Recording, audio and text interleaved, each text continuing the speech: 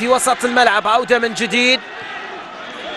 كرة لا زالت في منطقة وسط الملعب بالنسبة للاعبي المنتخب اليمني. تمريرة في الجهة اليمنى. حذاري يا شباب، حذاري يا شباب، عدم ترك المساحات امام لاعبي المنتخب اليمني. برافو ابعاد الكرة، برافو التقدم، برافو ايضا التراجع واغلاق المساحات امام لاعبي المنتخب اليمني. جول!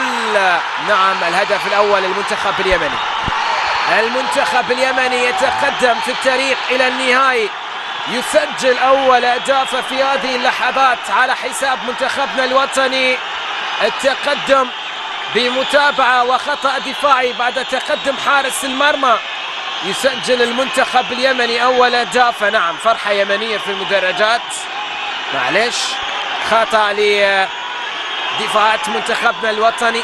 هذا أخطر لاعبي المنتخب اليمني، تحدث عن عادل قاسم، هداف غاب في المباراة الماضية. خطأ الدفاعي كبير. حارس المرمى أيضا،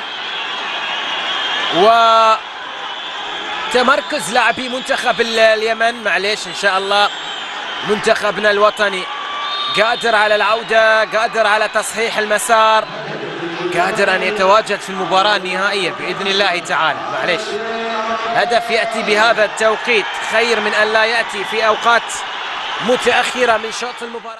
الوصول الى النهائي فرحة كبيرة منتظرة بإذن الله تعالى. كرة الآن فيها محاولة للمنتخب اليمني، إرسال الكرة في الجهة اليمنى، محاولة في لعب كرة عرضية، تسديدة. الهدف الثاني للمنتخب اليمني. نعم، يسجل الهدف الثاني اللاعب عادل قاسم، يتقدم على حساب منتخب الإمارات. الهدف الثاني نعم يأتي في هذه اللحظات على بعد 4 دقائق عن صافرة نهاية الوقت الأصلي شوط المباراة الثاني.